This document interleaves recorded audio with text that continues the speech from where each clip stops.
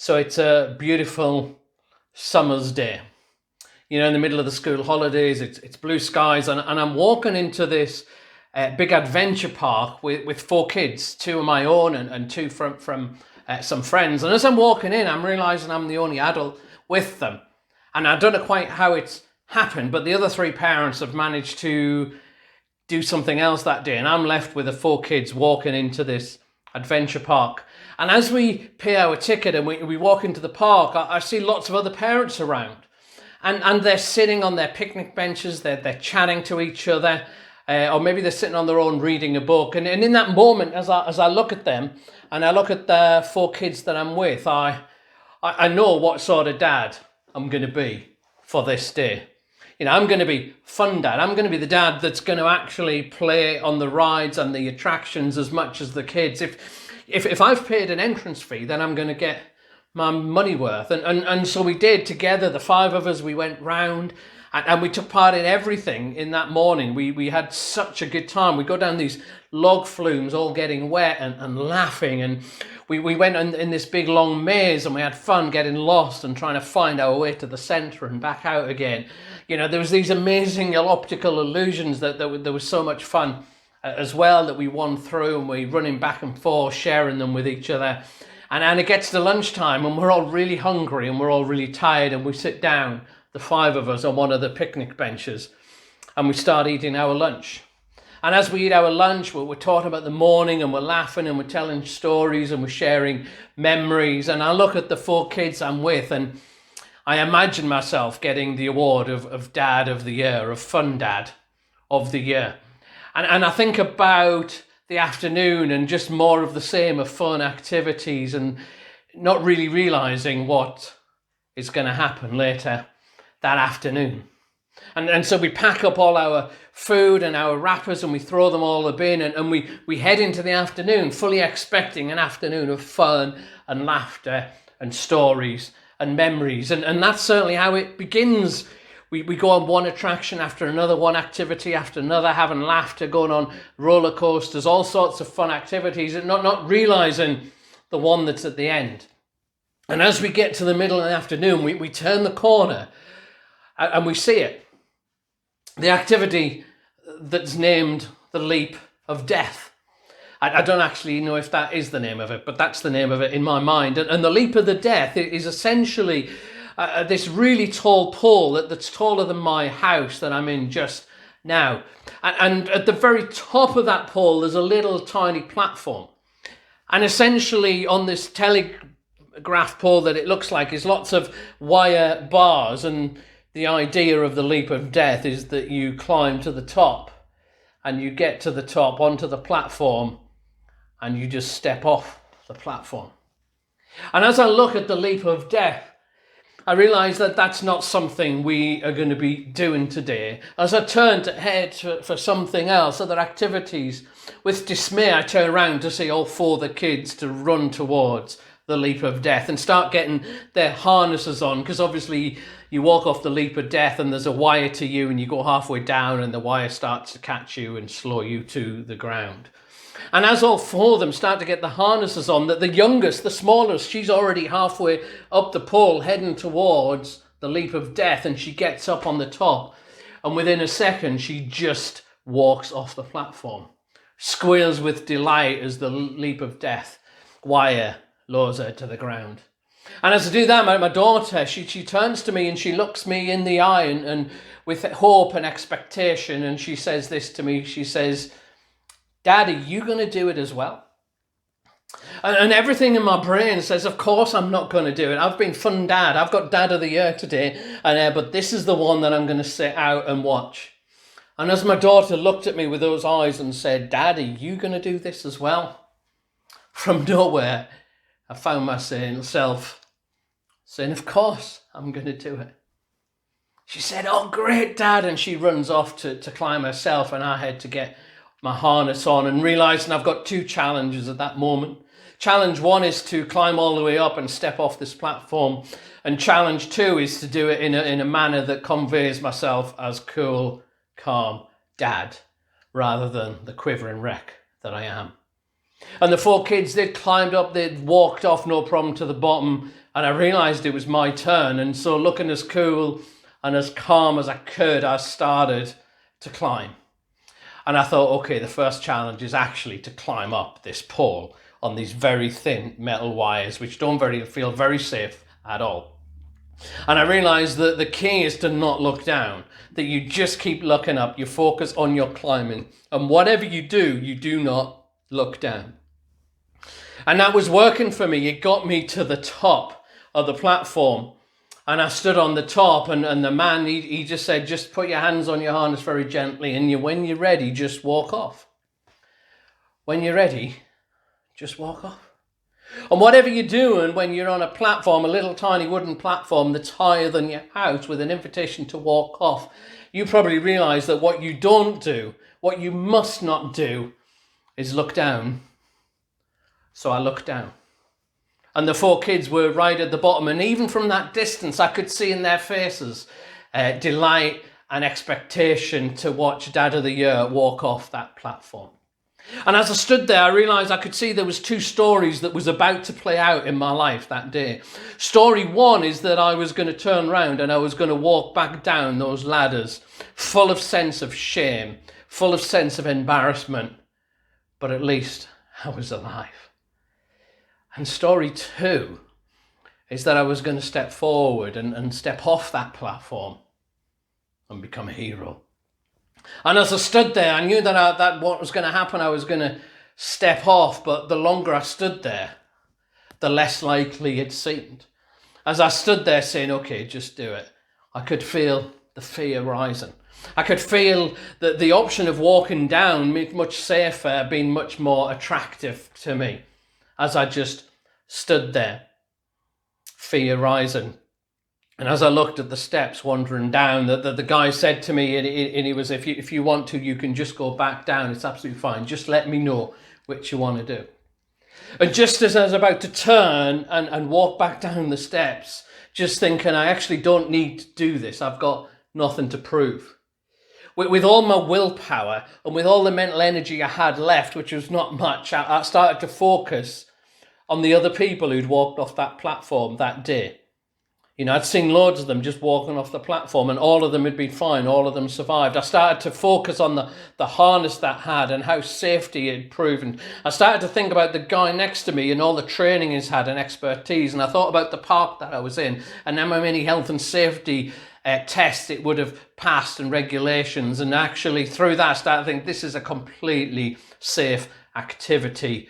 And my confidence started to rise. And I kept focusing on all those other people who'd done it. Kids, adults, women, men, everybody who'd got on that platform were able to do it. And I thought, so could I. And as I thought about all those other people, I thought about the safety equipment and I walked forward and I stepped off the leap of death. And for a moment I started to fall, and for a moment I was thinking my confidence had been misplaced and it was all going to be horribly wrong. But just as I was falling halfway down, the harness started to tighten and I started to slow and I went down to the ground. Kids crowded around me. And for one moment in my life, I was a hero. And I'd stepped off because I had faith. I believed I was going to be all right. And I believed I was going to be all right because of the evidence before me, all those other people who'd done it. Loads of witnesses had done that. I had faith to step off because of the harness. I had faith to step off because of the authority of the guy next to me, because of the park and because of its reputation. All of that meant that I had faith to step off. And that's what faith believes, doesn't it? In ordinary conversations, it means having trust in the evidence, having trust in what people tell you, having trust information, depending on how authoritative it is and what source it is. You assess it and then you have trust and faith and then you act on the basis of it. But the funny thing is that when God comes into the conversation, the meaning of those words, faith and belief, often completely changes their meaning from what they normally mean. And that creates all sorts of trouble for people who are not Christians and for people who are Christians.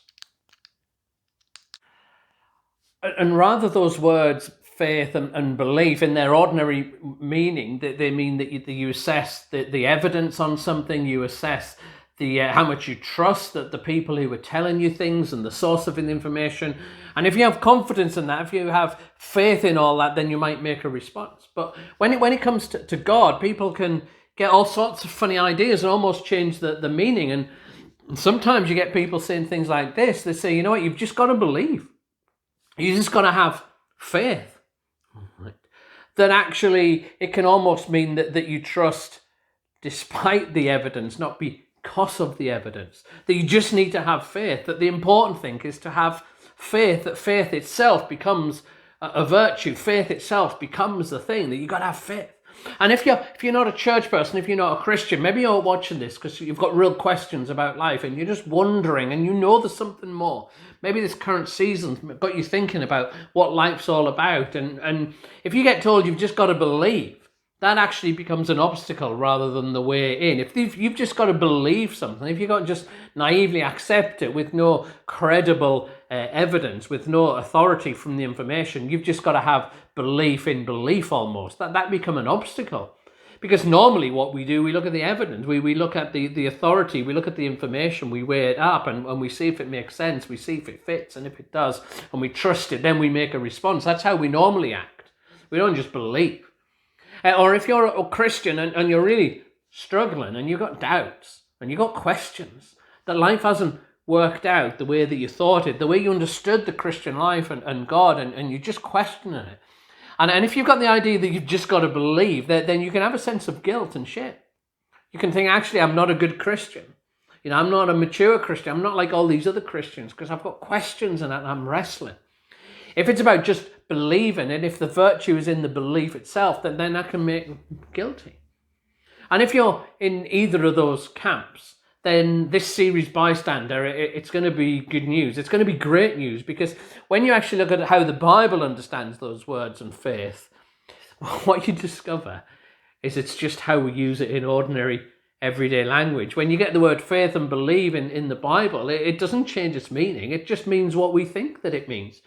It means that you assess the evidence, you look at the information, you see what it's saying, you look at if it's credible, you look if it kind of fits, and if you trust it, and then based upon all that, you make a response and you decide whether to make a response. It just means exactly the same thing. And there's lots of people we could look at in the Bible who take that approach. It's right through the Bible, but we're going to focus particularly on John. And John was a follower of Jesus. He was with Jesus. He saw stuff and he heard stuff, and a lot of his life he led parts of the church and he taught that.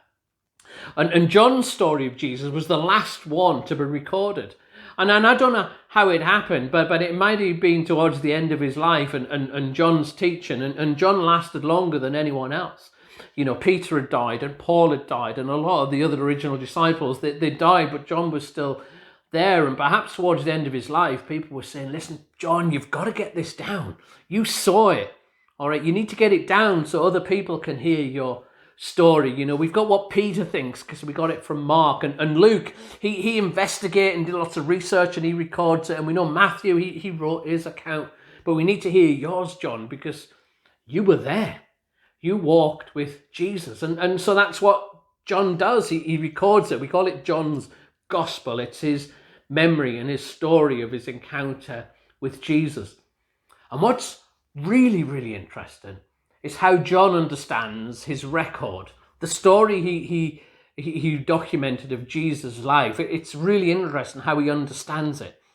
And in John chapter 20, verse 31, all right, this is our only verse for today, but it's a huge, huge verse. We're going to look at lots of stories in coming weeks. But this is how John understands his story of John that he wrote. In John 20, verse 31, he said there was loads of miraculous signs, all right, loads more that I've written down. But he says this in verse 31. He said, but these I've written down, the miracles I've written, these are written down so that you may believe that Jesus is the one, that Jesus is the Messiah, that he's the King, that he's rescuer, he's the Son of God, and that by believing in him, by having faith in him, you will receive life by the power of his name.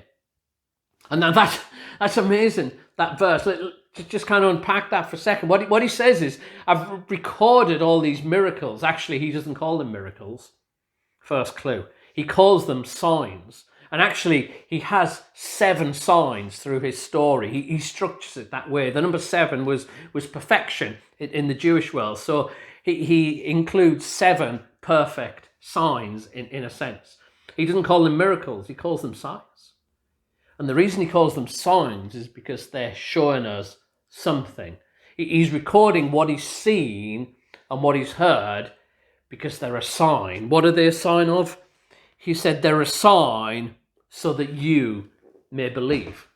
He said, what I'm going to do is tell you what I've seen and what I've saw, because I was there with him. And I'm telling you this so that you may believe that Jesus is the one, that you may have faith in Jesus. He said, I'm not just telling you to believe. Don't just believe in Jesus because you have belief in Jesus. He said, no, I'm going to tell you what I've seen. And those stories of what I've seen, those 7 miraculous signs that we'll go on to look on over the next few weeks and you look at in your groups, they will point to you what Jesus was like, who he was. They will show you. And once you've seen it and you've heard it, then actually you're going to be able to have faith to believe in Jesus. And he says, I want you to believe in Jesus based upon the evidence so that you will have life. That actually you consider what you've seen and saw, then you have faith because you believe it, and then that'll lead you to having life. What's interesting is John's understanding of what the word believe, faith means, is exactly that we would use in ordinary everyday life. He said, look at the evidence, look at the information, weigh up, get the eyewitness accounts, then make a response to that. It doesn't mean anything different. And if you're not a Christian and you're wondering about the Christian life and you're exploring it, then that's great news for you because you can do exactly what John did. Funny enough, when you read the story of the disciples, they didn't just have this naive superstition, positive thinking, belief thing. You find that they're wrestling with it. They think, right, okay, what's happened here? I'm going to look at it. I'm going to think about it. And they'd have times of trusting, and then they'd be thinking, is it really going to work out? What does it really mean? And they'd kind of go up and down the more they learned and the more they investigated. Just like me on that platform, the leap of death, you're sitting there, standing there thinking, right, is this going to work out? What about what other people have done before me? What about the harness? What's the consequences of this? And kind of work it out and get the information and decide what I trust, what's true, what's a lie, and then lean into it and make an appropriate response. If you're a Christian who's really struggling and you've got doubts and you're not sure whether you can trust God or you feel you've let him down, you know, don't feel bad about that. Don't think, oh, I've just got to believe, I've just got to have faith. Wrestle with it. Look at the evidence. Has God ever been faithful to you in the past? What do you know about the stories of God in other people's lives? And remind you of what you know to be true because you've seen it for yourself or you've heard from other people and you trust their witness. And as you think about those things, then actually you make a decision about whether you trust it or not. And in a sense, your faith rises from that based upon the evidence, the information, not just feeling bad because you doubt. Because if you're doubting, it'll be for a reason, won't it? It'll be new information of things that have happened in your life, typically, and wondering about how that all fits in. Frank Turk, who's a lecturer, who kind of debates with college students and people who don't believe in God and that sort of stuff. He says this, he said, the reason so many people are talked out of their belief is because they were never talked into it in the first place.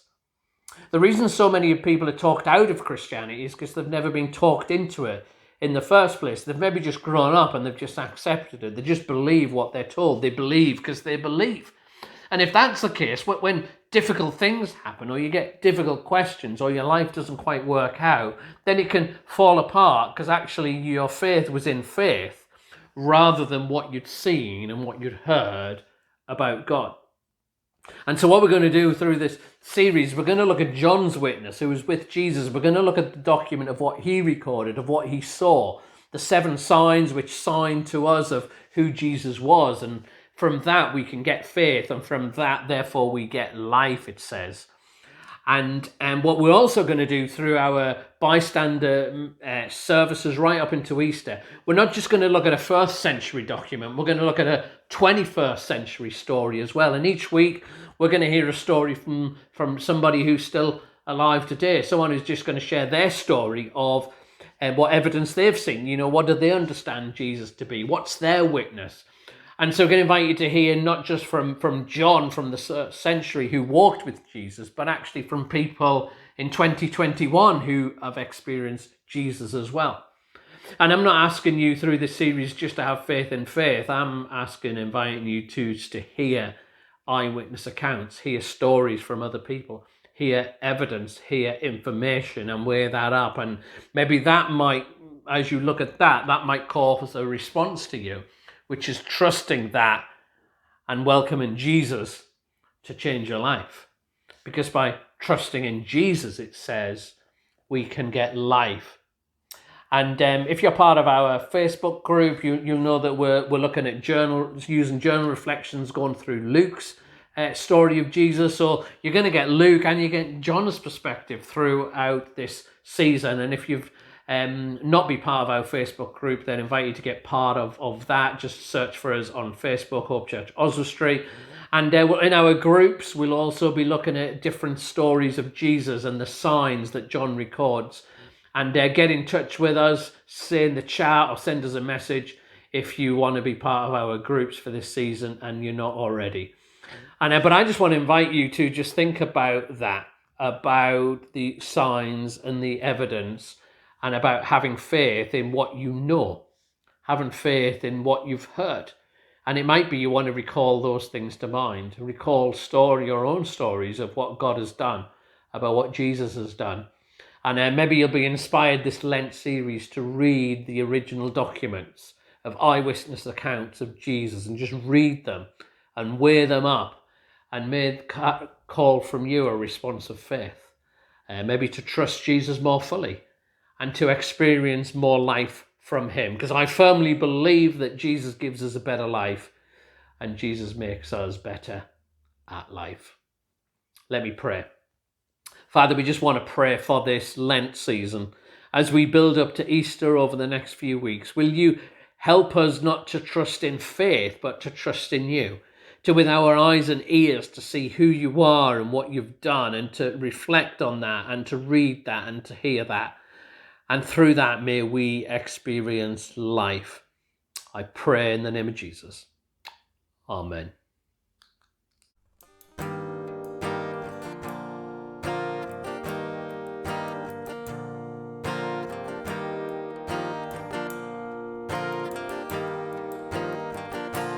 Bless the Lord, oh my soul, oh my soul. Worship his holy name. Sing like never before. Oh my soul, I'll worship your holy name.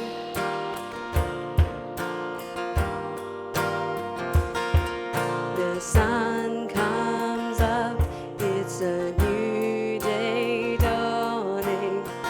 It's time to sing.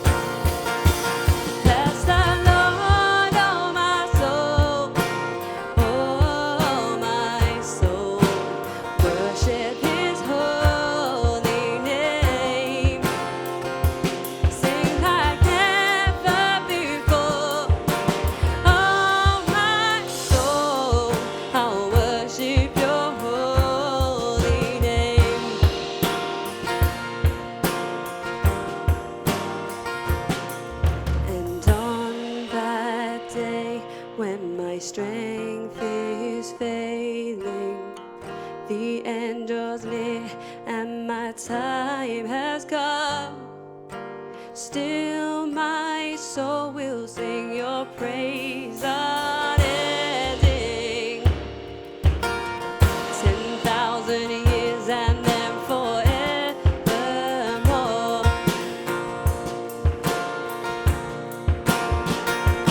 Bless the Lord, oh my soul, oh my soul. Worship His holy name. Sing like never before. Oh my soul, I'll worship your holy name. Yes, I'll worship your holy name. Yes, I'll worship your holy name.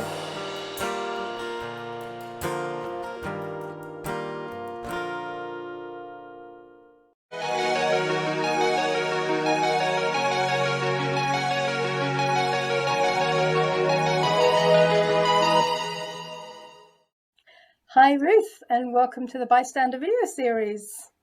Tell us Jenny. who you are and what you do.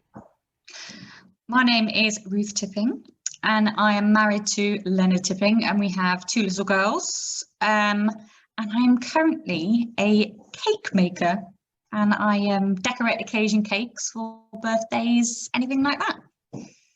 And I have tasted of them, and they are delicious. They are. Plug, plug. Okay. Cakes by moving Ruth. on. Yeah, cakes by Ruth. How did you find Jesus? So I am the daughter of a Methodist minister, and so that means I've gone to church my whole life. I've gone to places like Easter People, ECG. I was lucky enough to go to Brazil with the International Christians Youth Conference. And so I've always known Jesus. He's always been in my life. But I've got to say, the first time that I was filled with the Spirit and really, really felt the presence of Jesus in my heart was in Gwenup Pit in Cornwall, when I was on an outreach program called Walk on Water. And I just remember feeling so peaceful and so calm, and I just felt God wash over me. And so, yeah, that was one of the standout points between me and Jesus. Great. And what does he mean to you now? Everything. Because I wouldn't have gotten through my life. I wouldn't have gotten through my problems, my troubles without him. And I think if I didn't know Jesus, I wouldn't be sitting here today. Me too. What have you seen Jesus do? Either something from now or from your past? So in 2012, I had open heart surgery to rectify a very, very rare heart defect. And throughout that process, Jesus was there. I remember before the operation, when we didn't know what was wrong with me, I would collapse to the ground with chest pains. I would go grey. It was scary. And doctors would say, "Oh, you've got indigestion. There's nothing wrong with you. You're fine." And I remember praying, Lord, just take this away. Take this away. I don't know what it is. I don't want it. Please, Lord, take it away. And it wasn't until one of my sisterhood friends said, "Let's pray for what it is." And we did. And we prayed, "What is this? What is this, Lord?" And it turns out the plumbing in my heart was the wrong way round. And this defect doesn't have any symptoms. There are no symptoms to it. You shouldn't feel pain. It's actually something called drop dead syndrome, where the first time you know you have it is because you die. And to this day, I know that it was God that was putting the pain in my heart. And that without Jesus prodding me and poking me and saying, "You need to get this sorted out, you need to get this sorted out," I wouldn't have. And like I say, I wouldn't be sat here today. And since that operation in 2012, I've had some serious complications, some hilarious complications, and I've had to learn to live a life that I never expected. I trained to be a nurse. I've never done a day's work as a nurse. I've never been able to. I thought I would be the perfect housekeeper, the perfect wife. I have carers twice a day.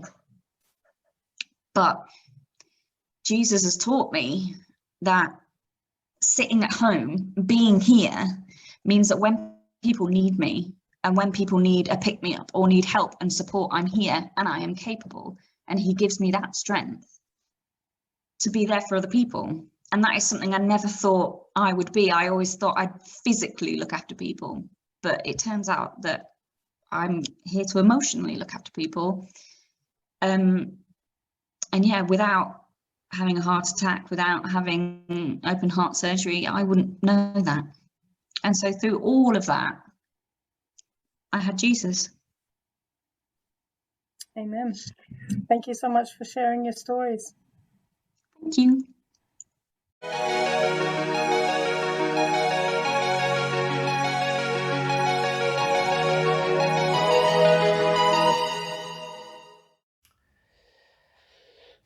Thank you. Wasn't that great from Ruth, just to hear her experience, her story about Jesus and her life. And it's not just an ancient thing, but it's something that's happening right now in people's lives. And as John says, I want to tell you about these signs. I want to tell you about what Jesus did, what I've seen, so that you can have faith in him, that you're going to trust that he can rescue you, that he can intervene in your life so that you might experience life. And my prayer for me and you as we go into our week is that we will remember what we've seen, we'll remember what we've heard, we remember our own experience of Jesus, and that will give us faith and trust for whatever it is we're to face today, this week, through this season, that we won't need to have faith in faith, but faith in the evidence, faith in the eyewitness accounts, faith in the stories. And may we experience life through whatever we're going through, whatever we're facing this week and in this season. God bless you all. Love being part of this together, and hopefully see you straight after the service in the Zoom group or online in our Facebook group or wherever it might be. God bless you. Have a fantastic week.